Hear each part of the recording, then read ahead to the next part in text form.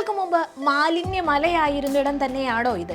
കൊച്ചിയിലെ മാലിന്യം തള്ളുന്ന ബ്രഹ്മപുരത്ത് ഇപ്പോൾ വേണമെങ്കിൽ ക്രിക്കറ്റ് കളിക്കാം. വെറുതെ പറയുന്നതല്ല, മന്ത്രിമാർ തന്നെ കളത്തിലിറങ്ങി ക്രിക്കറ്റ് കളിക്കുന്നു.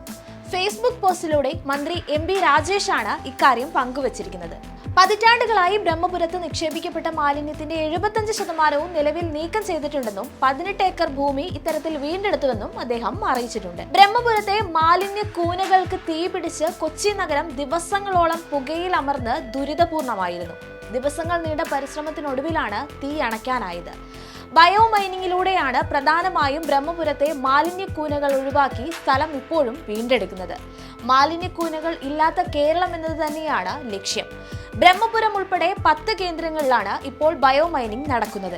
മാലിന്യമലകൾ നീക്കിയ ബ്രഹ്മപുരത്ത് മേയർ M അനിൽകുമാറിനും PV ശ്രീനിജൻ MLA-ക്കുമൊപ്പം ക്രിക്കറ്റ് കളിച്ചപ്പോൾ എന്ന അടിക്കുറിപ്പോടെയാണ് മന്ത്രി ചിത്രങ്ങൾ പങ്കുവച്ചത്. കൊച്ചിയിലെ മാലിന്യ പ്രശ്നത്തിൽ ഹൈക്കോടതി അധികൃതർക്ക് താക്കീത് നൽകിയതോടെ മാലിന്യം നീക്കം ചെയ്യുന്നതും സംസ്കരിക്കുന്നതും ദ്രുതഗതിയിൽ കഴിഞ്ഞിരുന്നു.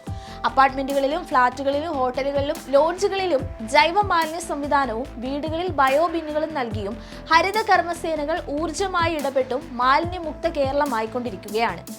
ഇടതുപക്ഷ സർക്കാരിന്റെ കുറവുകൾ മാത്രം കാണുന്നവരുടെ കണ്ണിൽ ഇത്തരം വാർത്തകളൊന്നും പെട്ടിട്ടുമില്ല.